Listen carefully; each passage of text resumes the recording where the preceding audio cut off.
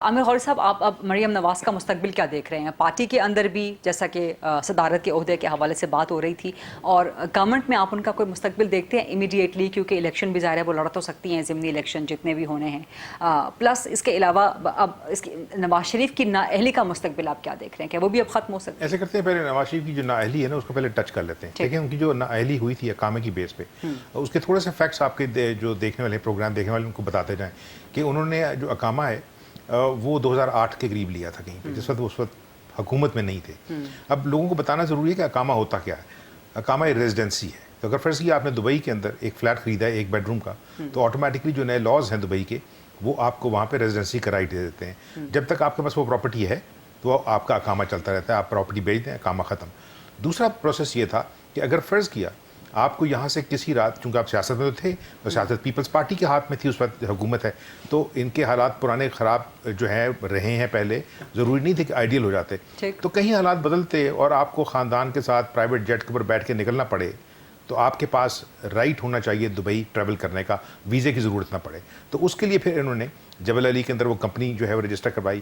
اب اس میں یہ شو کرنا پڑتا ہے کہ ایک خاص انکم جو ہے وہ آپ کہیں سے آ رہی ہو آپ کو، تو پھر آپ اپنی پوری فیملی کے ساتھ وہاں جا سکتے ہیں، ورنہ اکیلے نہیں جا سکتے. تو وہ جو کاغذات بنائے گئے تھے، اب دیکھیں نا پاکستان کے قانون کے اندر کہیں موجود نہیں ہے. ایٹ لیسٹ میں اب وکالت نہیں کرتا، یہ کوئی وکیل بتائے گا آپ کو کہ یہ کہاں پہ لکھا ہوا ہے کہ وہ جرم یا الیجڈ جرم جو اسٹیچوٹ بکس کے اوپر نہیں ہے، بلیکس لا ڈکشنری کے اندر ہے. اور اس کی آپ ڈیفینیشن دیکھ کے کہ ریسیویبلز کیا ہوتے ہیں، کہ آپ کے بیٹے کی کمپنی سے آپ کو پیسے ملتے رہے ہیں، جا نہیں رہے تھے لیکن آپ ریسیو تو کر رہے تھے کاغذوں کے اندر تاکہ آپ کی کمپنی چلتی رہے. دوسری چیز جو سزا دی گئی ہے، جس طرح پہلے بھی ایک دوست نے اس کی طرف اشارہ کیا کہ وہ سزا جو پاکستان کے قوانین میں موجود نہیں ہے.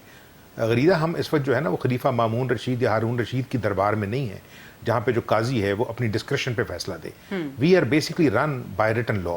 ریٹن لا جو ہے وہ انگریز کا لکھا ہوا ہے، اس میں ہم کبھی کبھی چینجز کرتے رہتے ہیں اپنے مطابق. اپنا قانون تو ہم لکھ نہیں سکے. تو اس میں کسی بھی ایک جرم کی سزا جو ہے وہ نہ کسی کو پوری لائف کے لیے ڈسکوالیفائی کر دینا کہ بھی آپ اس پروسیس سے نکل گئے، یہ نہیں ہو سکتا. سوال صرف یہ ہے کہ عدالتیں جو ہیں، آپ کو یاد ہوگا کہ نواز شریف کا جو کیس ہے it was basically put on back burner, وہ فروز کر دیا گیا. ان کا جو محاسبہ ہے وہ میڈیا پہ جاری رہا.